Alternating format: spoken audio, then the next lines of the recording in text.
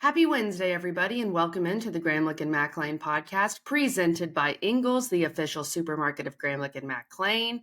Mac, it is time to crown a champion. Today, we will preview the ACC championship between Louisville and Florida State. This is going to be our final episode of the week, so make sure you guys really lock in. We're going to dive into every aspect of this game. It will be played Saturday at 8 p.m. on ABC. Mac and the squad will be there. Florida State is a 2-point favorite. We're recording this on Tuesday, so wow, that number seems pretty low. But Mac, I know you are pumped to be there in person for this ACC championship game. Yeah, KG, I can't wait. And, speaking of that line, looking at that line, it's actually moved quite a bit. It opened with Florida State 4.5, which maybe you would think it would even be a little bit bigger than that. And now is down to 2. So the public is all in with the Cards. It seems like moving and shaking that a little bit there, which is always fascinating and interesting how these lines can be kind of, manipulated with this thing. But jacked up to be there. Cannot wait. It's crazy to think about just how fast this season is flying by and just have gone. It's so funny. I know we talked about that last time, but it really is. And we're here. I'm excited. Katie George is on the call, so she gets to be kind of the homegrown. I'm hoping we have her on the set. That's right. I'm hoping we have her on the set and we can have a little EJ versus Katie, some debates, some fun kind of alumni back and forth there. Will be really fun. But real quick, before we jump into this episode, KG, let's get to a message from our friends over at INgles. It's time to discover the convenience and time savings of contact-free pickup with INgles Curbside. Just visit shop.ingles-markets.com or download the app. And your INgles personal shopper gets to work with specialized training on how to select the freshest items for a pre-scheduled pickup. They'll even text you with updates. You pull up to a designated space and your personal shopper delivers your items right to your vehicle. Fresh, fast, and affordable. It's all in the bag. INgles. Low prices. Love the savings. Mac, before we get into this game, I am going to throw something out there. If I have time at the end of this week, which is a big if because I'm traveling for most of the week and we'll get back Friday, but I'll be watching the ACC championship from my couch, probably my favorite place to watch a game. And I was thinking I would head over to INgles. And I wanted to make a Kentucky delicacy, or at least pick up a Kentucky delicacy. I'm thinking fried chicken makes a lot of sense for Kentucky. Come on. And then I'm trying to figure out what I should do for a Florida delicacy. Something that they're known for in Florida. When I looked up Florida food, the first thing that popped up was key lime pie, but I am not sure I have time to do that. We'll see. If I have time, I bet INgles sells it. I bet you can find one there at the bakery section. That's a good Save idea. you some time. But I bet if you ask some Clemson fans, they might have an idea on what is a Florida State delicacy. I won't say that. That was kind of a shot. I don't know why I thought of it. As soon as you said it, that was the first thing that popped in my mind. It's so funny. But anyway, go ahead. You know where I'm not going? Publix. Yeah, there. And you know what I'm not getting? Crab legs. Anyway. That was hilarious. In all seriousness, if you're a Florida State fan, because I think I'm pretty set on the fried chicken for Kentucky, but if someone wants to tell me something else, by all means. But if you're a Florida State fan, comment below of what I should. And remember, I am not a chef. I have a limited skill set. So something that's a little easier. Maybe something that you're having at your tailgate that you're getting at INgles. Just let me know. Let me know. Can you find some? Can you find some gator? Do some like gator nuggets. That's also another good one. That's a good one. Well, I don't know if they have that at INgles up in the upstate there. The easiest thing too would just be to make some cocktails, but I'm trying to like a sunrise cocktail. I get Florida vibes from that. Something with orange, and then for Kentucky, a mint julep, obviously. Which but. We'll see if I started that early in the day. Who knows what would happen to me. Okay, let's get into this football game. I'm just going by the AP poll rankings right now because the playoff rankings come out tonight. We're recording this Tuesday. Number 15, Louisville versus number 4, Florida State. Louisville only dropped to 15 in the AP. We'll see where they end up in the playoff rankings. But Mac, I just want to start with this. You talk about Florida State being a 2-point favorite. On the season, Florida State 7-5 against the spread, Louisville 6-5-1 against the spread. So neither team is great. Probably don't need to say, the X team always covers. That's not true. This is Florida State's first title game since 2014, and this is Louisville's first conference title game ever for their football program. And Jeff Brom said this, Mac. for us, we've got to prove our value. We've got to go out there and make this a competitive game, give it our best shot, come ready to play, prove that we're a capable team and do it for 4 quarters. Anything can happen if you come prepared, blah, blah, blah.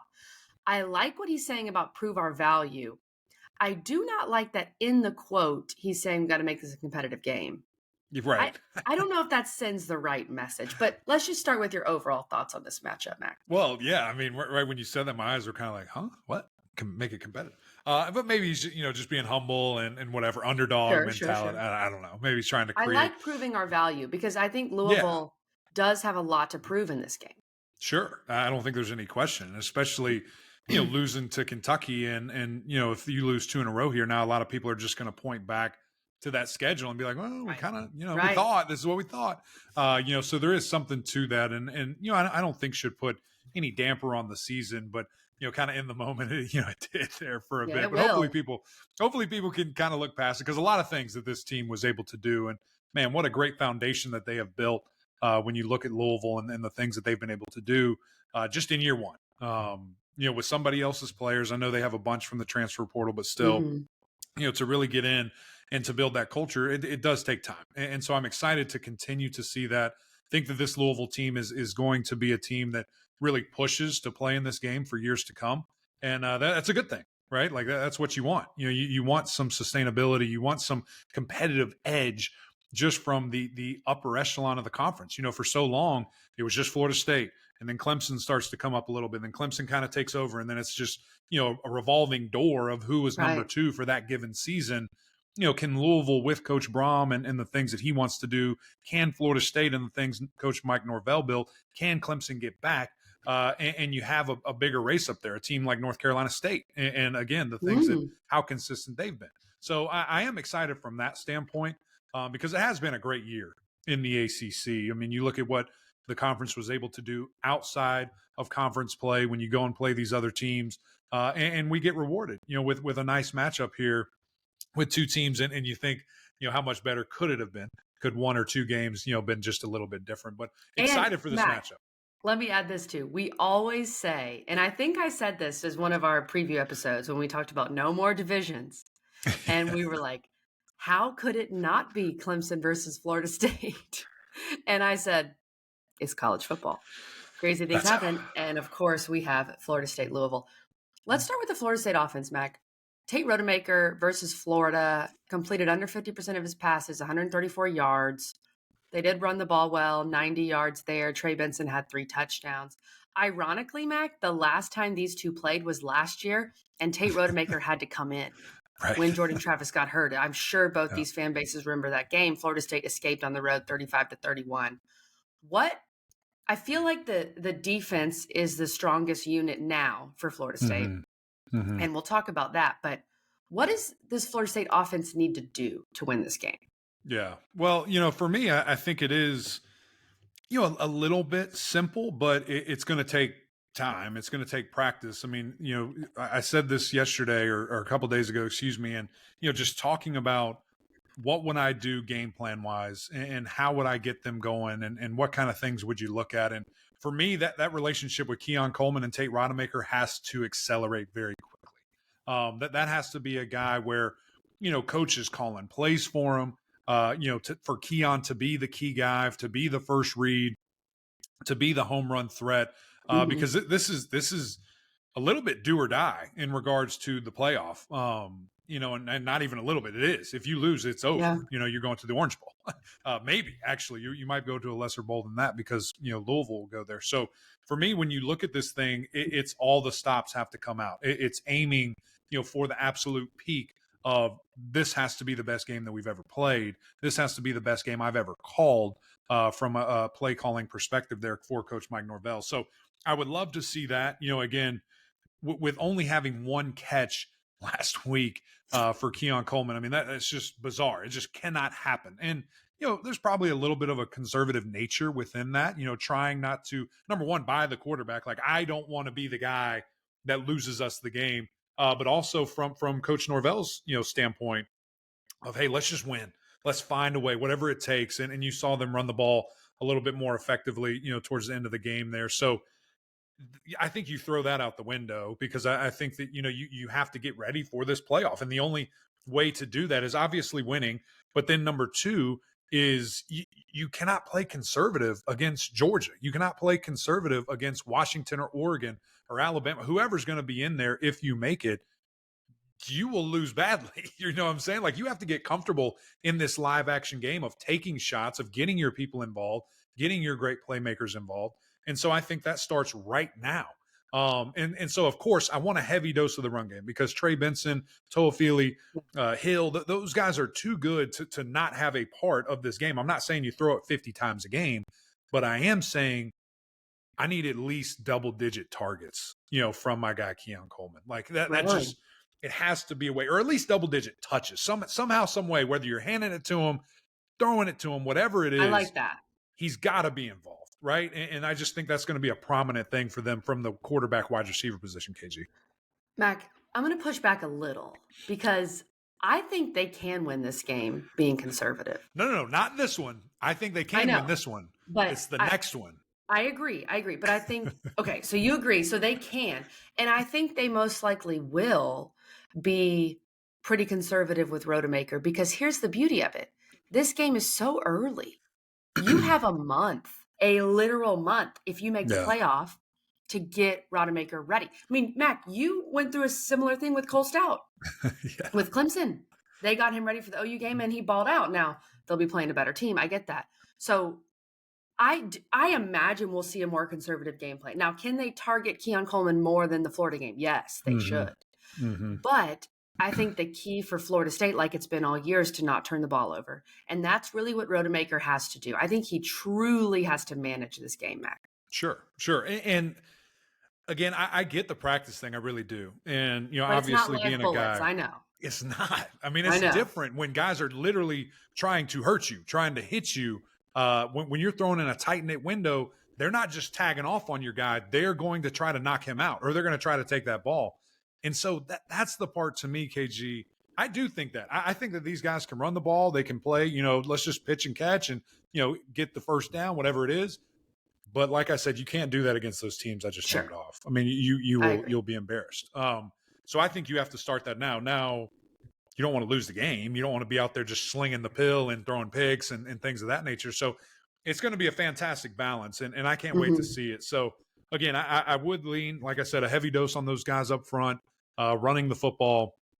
Let's see a lot of counter. Let's see a lot of power and really try to exert that dominance because this Louisville defense is for real, and those guys are going to do their best of taking the ball away and getting in the backfield.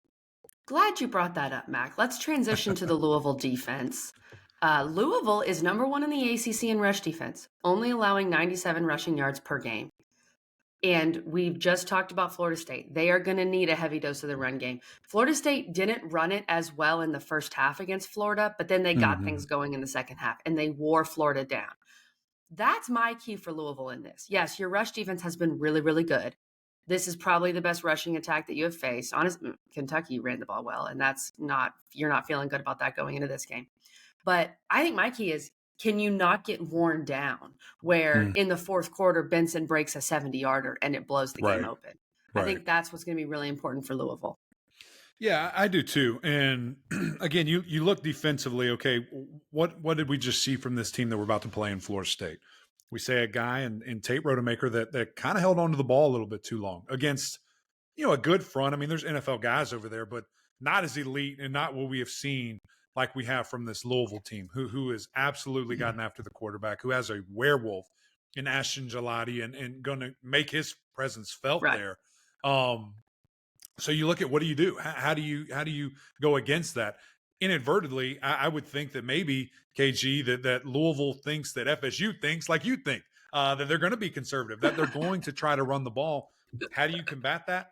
I'd load the box up. I really would. I would make it heavy. I would make it uncomfortable. I'm doing stunts, blitzes, all kinds of things to say, hey, throw the ball. We're challenging you to throw the ball.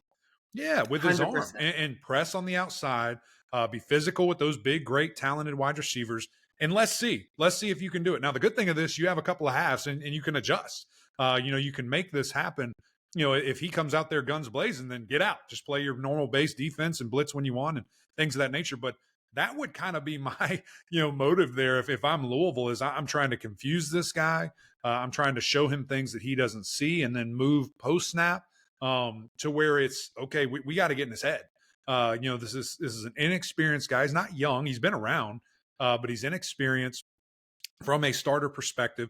And this is a championship level game. Let's go. Let's try to pressure him, try to shut it down, and really see what happens. Because when you load up the box, and you ask any great coach this, when they're playing a team that is balanced, and both these offenses are, the first thing that you should do is take away the run. That's what you should try to do. Because if a team can run on you, number one, it's demoralizing, because you're just getting pushed around, just snap after snap, blowing this thing open. But then number two, KG, it opens up everything else in the offense because you are dictating the pace if you can run the football. So that's why I say for Louisville, I'm loading it up. I'm trying to pressure them. I'm trying to really force the issue and say, beat us with your arm. Let's see if you can do that. For sure. And that's what I think anybody would do against this Florida State team now without Jordan Travis. Mac, Florida State, well, no, let's transition now to Louisville's offense. And I'll say this. Florida State has allowed 20 points or fewer in each of their last 8 games. Yeah. So before we get to this Louisville offense and what they need to do, can Louisville win this game if they score less than 20? I do not think so.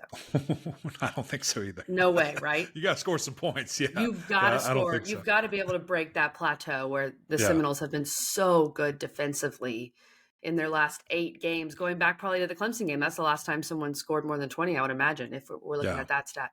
So Louisville offensively, Mac, I think the 3 turnovers against Kentucky were incredibly detrimental. We all know that. They outgained the Wildcats 403 to 289, but they made big mistakes. They had fumbles, which is pretty uncharacteristic of Louisville. They've been decent in the turnover. They've lost quite a few turnovers this year, but they've also forced turnovers, much more than Florida State.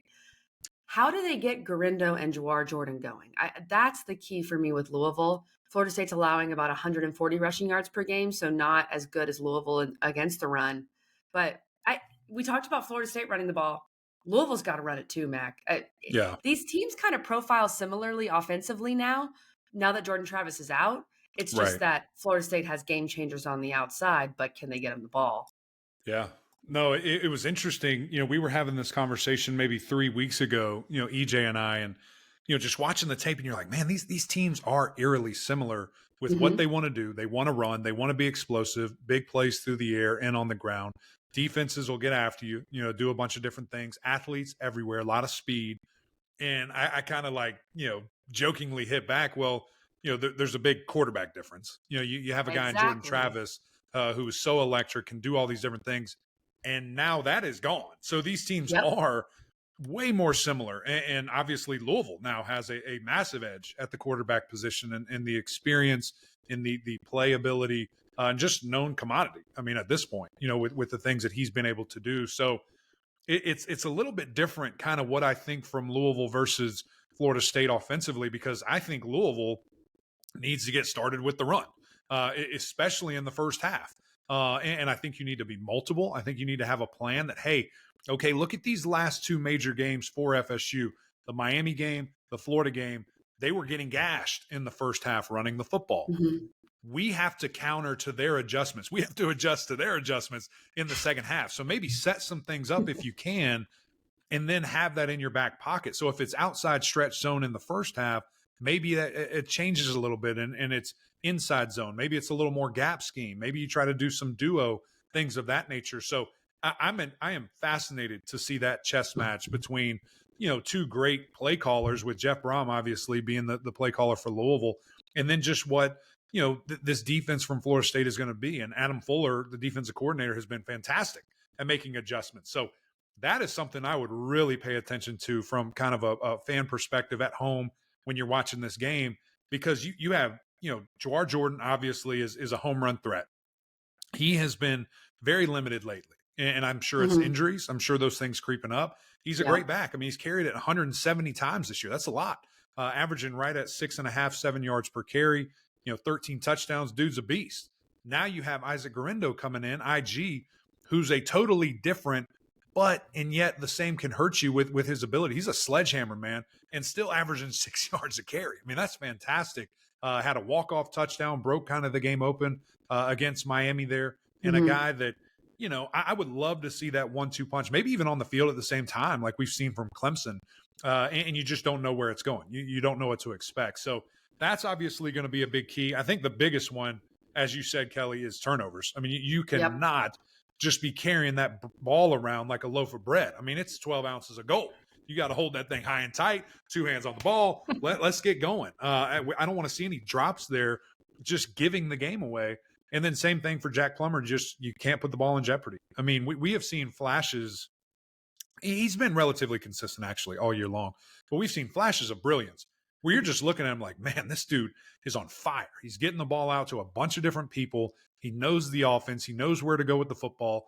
Kind of that game manager that will have some moxie and push it downfield at the same time there.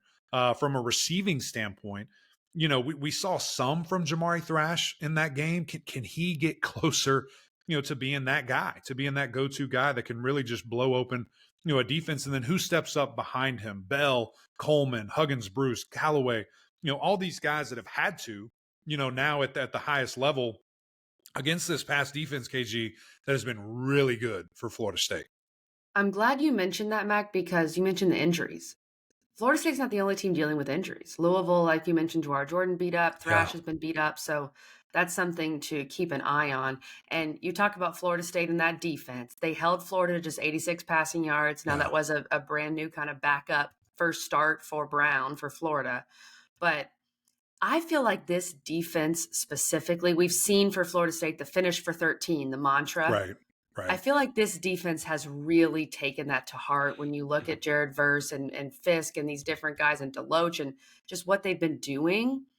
It feels like the defense understands if we're going to truly finish for 13, we have to play at an elite level every game that we play. Right.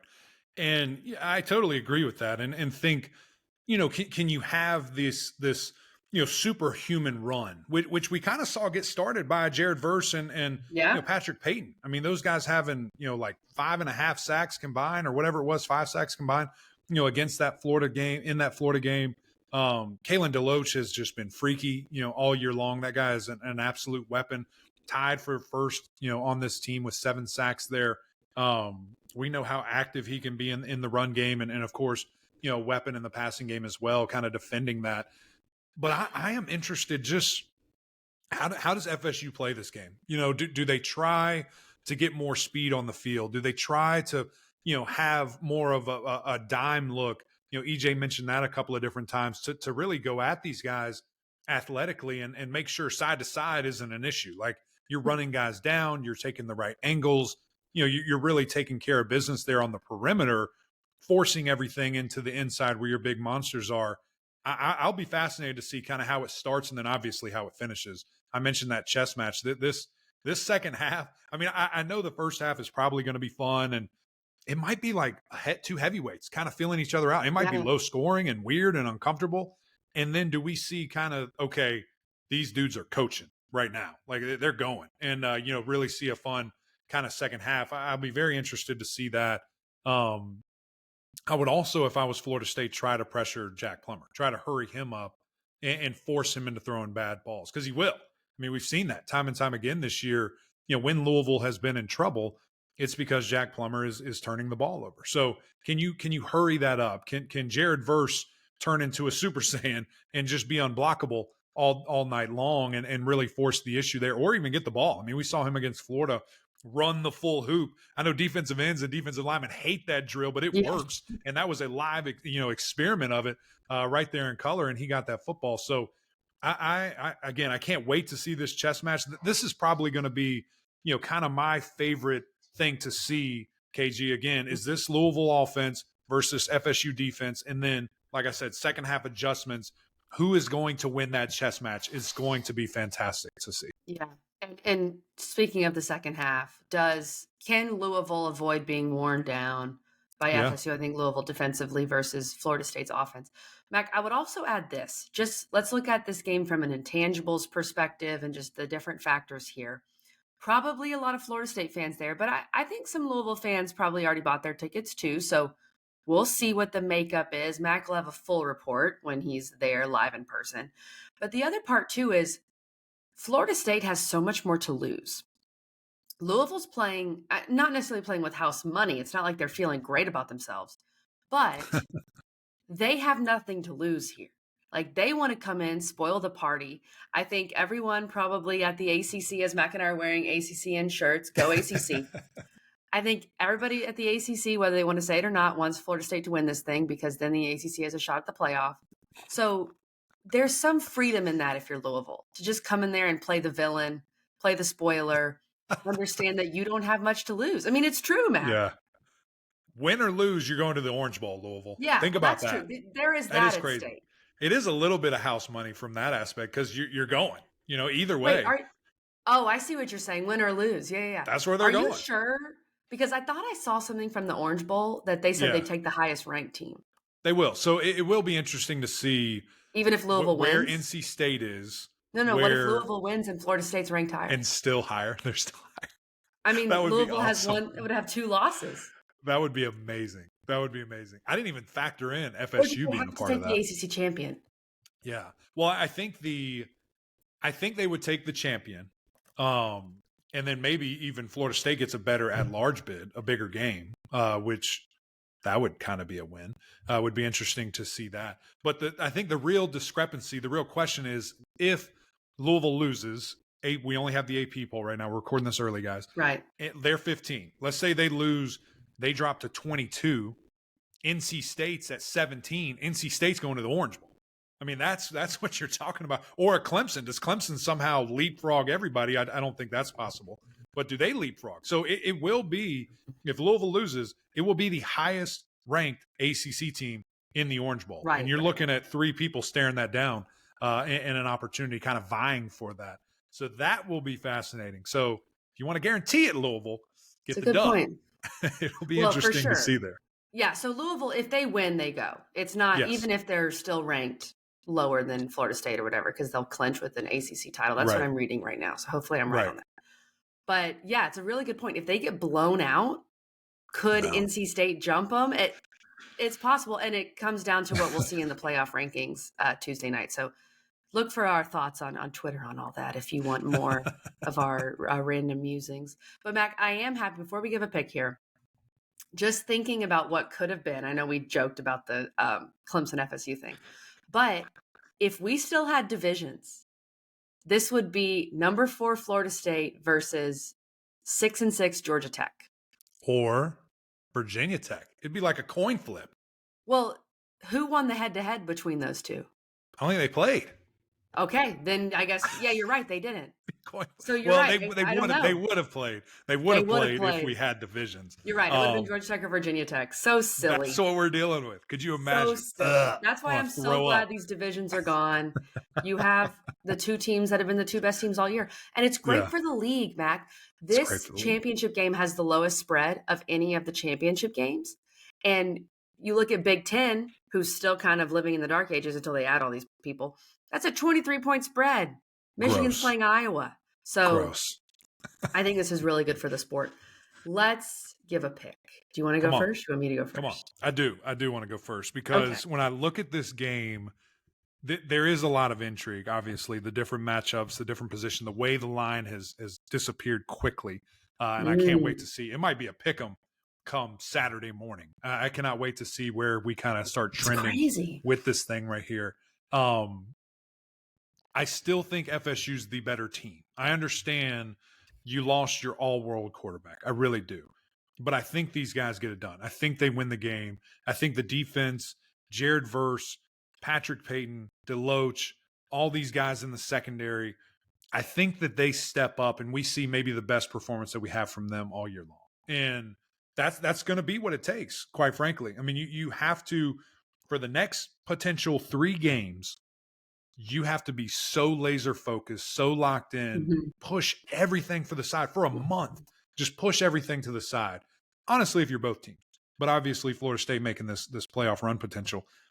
And let's go accomplish greatness. Come on, ACC commercial, and just be able to do these things. And I mean, you're legendary. It's once in a lifetime opportunity type thing. And so I hope that they can do that. I hope that they focus in and we see, again, that total team effort that rallies and finds a way. If Louisville is able to win this game, I think it's the run game. I think they rush for 200 plus. They're controlling the clock. They're making it uncomfortable. And a Florida State team that now is like, okay, we got to take shots. We got to score. Turnovers happen. So that's the only way I see that happening. I think this Florida State team's too good. So I'm rocking with the Noles, KG. Mac, I agree. I'm also taking Florida State. I'm not going to leave the people in suspense, even though Mac did finish 49-37 on the year. I finished 46-40. So make sure you look at Mac's picks. But the fact that this spread is so low is weird to me. Vegas, but they know things, so I don't know what's going on there. Yeah. But I think this Florida State defense is too good. And I think Florida State I think the defense gets a big turnover. Yeah. That changes things in this game. I really do. You have two kind of game managers in there now. Plummer, obviously, with a lot more experience. You have two great run games, which one can get going. And you have two really good defenses. Yeah. But the team that has taken better care of the ball, and honestly, it's been more consistent. And you talk about focus. That's been locked in and focused all year is Florida State. So I'm going to take the Noles. I think this. Let's go with the score, Mac. I think it ends up being something like 24-13 Florida State. I think it's relatively low scoring. Yeah. Similar to the Florida game, honestly. 24-13. I hope not. That sounds so miserable. I'm trying to find the line. Where's the offense coming from, Mac? Keon County, baby. Put him at quarterback. Don't do that. Just kidding. The line's 48.5. Oh, that's probably right. What did you say? What was your score? 24-13. FSU. 24-13. You got to have a higher scoring affair. You're Mac. Yeah. I'm thinking like 35-17. Okay. So Florida State. And maybe it's a second half avalanche. Scores more, maybe late. Yeah. I like maybe 28. 35-28. Last touchdown late. It'll be a late touchdown to get to 35. I think it'll be kind of close in this. Again, feeling each other out.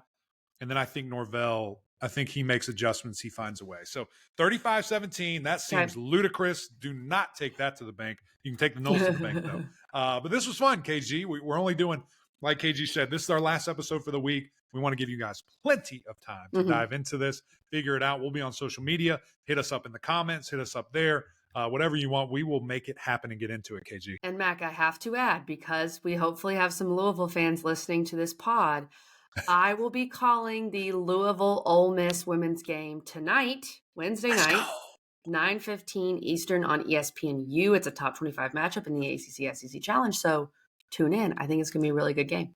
Come on. I can't wait. It's going to be a lot of fun. You got a busy week, KG. I got to get you out of here. Big shout out to INgles. Thank you for all your help. We couldn't do this without you and appreciate you guys. And we need your help. We need you to go over to YouTube. I was about to say Instagram. Instagram, too. Go over there. That would be fun as well. But we need you on YouTube. Subscribe to the channel. Keep jumping in the comments. I was looking at last episode's comments. The Noles are all over it. Noles are loving this thing. They're rocking and rolling. You guys just continue to support. We appreciate that. And, of course, the OGs over on Apple Podcasts, rate, review, subscribe. We would greatly appreciate that. But until next time, we'll see y'all.